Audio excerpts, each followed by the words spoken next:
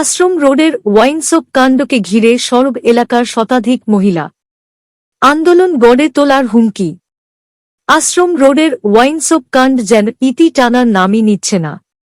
রবিবার স্থানীয় মহিলারা তাদের বিভিন্ন সমস্যা ও সুরক্ষার কথা তুলে ধরে গত ২৫ মে এলাকায় সংঘটিত ঘটনার তীব্র নিন্দা ও ধিক্কার জানিয়ে রুবি ওয়াইনশপ অন্যত্রে সরিয়ে নেওয়ার এদিন জোরালো দাবি জানিয়েছেন তাঁরা।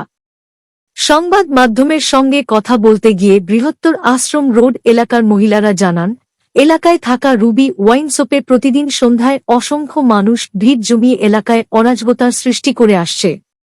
পথে যাতায়াত করতে গিয়ে এলাকার মহিলা সহ যুবতীদের নিত্যদিন নানানভাবে সমস্যার সম্মুখীন হতে হচ্ছে। বিগত কিছুদিন আগেও স্থানীয় এক মহিলার সঙ্গে দুর্ব্যবহারে মেতে উঠেছে কিছু নেশাগ্রস্ত মানুষ।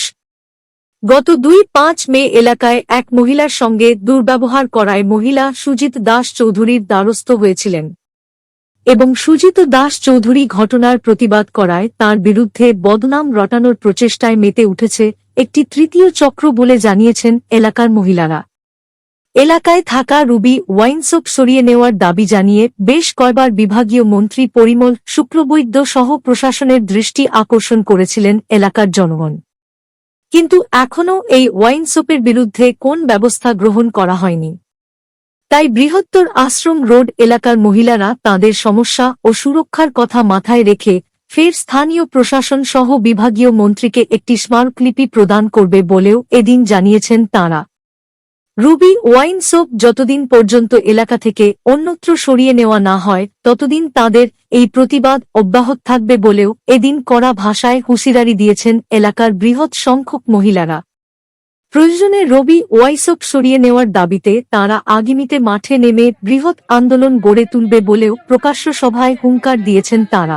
যখন বিচার যখন এখানে অত্যাচার করতে দিকে সুজিত হওয়ার পরে তারা সুজিত যে তারা ধুমকি দেয় একটা মানুষ লগে তখন একটা ভয় করে তার সঙ্গে যাওয়ার পরে তারা চালবাজি করছে, তারা দিল না কেনে সুজিত পুরো পিঠে এখানে বদনাম করালে মাথার উপর থেকে ছাতা আসে। রাজনীতি জানি না, আমরা যে মান সম্মানটা গেছে এটা ঘুরিয়ে আইতো আমরা সবাই বিচার দেয় আলকাপুরে যে আমরা জানি না, রাজনীতির নেতা এগুলো আমরা জানি না, তারা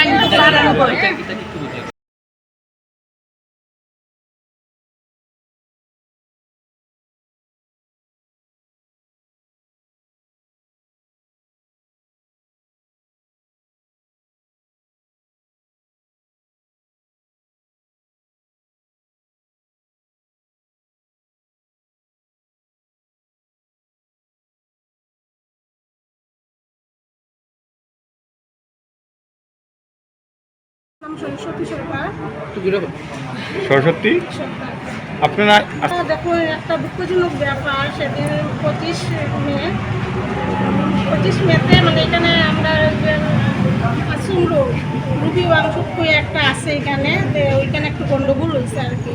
গন্ডগোল হয়েছে আমরা তো যেটা শুনছি যে একজন মহিলা দিদি মানে আমরার মতনই একজন দিদি তাইনের সঙ্গে একটা মানে অত্যাচার হয়েছে, মানে যাও তাইনের কোনো কিছু করতে আসলে পারছে না তারা, তো ওই ভদ্র মহিলায় আইয়া আমরা কাছে কইছে তো আমরা কোনো কিছু মারতে পারছি না। তখন এরপরে যে তাই সুজিত চৌধুরী যে মারতে চাইয়া কইছে নালিশ জানানির পরে বোধহয় সুজিত দাস চৌধুরী এখানে গেছে, যাওয়ার পরে কি খান্ড হয়েছে কইতে পারতাম না। যাই হোক, যদি শুনছি অনেক কিছু হয়েছে, এটাও খারাপ লাগে শুনতে যে দায় দরবার এটা তো দেখুন আমরা মহিলা মানুষ, আমরা তো এটা জানিও না, কিছু করতেও পারতাম না আমরা, কিন্তু আমরা এটাই চাই প্রশাসনের কাছে যে আজকে যদি এই মদের দোকানটা এখানে থেকে যদি সরিয়ে যেত গিয়া তখন আর এই ধরনের কোনো কাণ্ডকলাপ হয় না। কয়েকদিন পরে এই ধরনের ঘটনা এখানে হইয়া থাকে। তো আমরা বিগত গেছে বছর 23 তারিখে সেপ্টেম্বরে 23 মেতে একটা এফআইআর দেওয়া হয়েছে প্রশাসনের কাছে যে এটা এখান থেকে উঠিয়ে নেওয়ার জন্য, কিন্তু এটার এরপরে দিয়ে মানে আর কোনো কিছু আওয়াজ পাইলাম না আমরা কিছু। কয়েকদিন পরে এখানে এই ধরনের ঘটনা হইয়া থাকে। তাকে দেখুন এখানে আশেপাশে আমরা অনুকূল ঠাকুরের মন্দির আছে, আমরা দীক্ষিত মানুষ, আমরা মানে সপ্তাহে একদিন যাই আমরা, শুক্রবার দিনটা আমরা যাই মন্দিরে।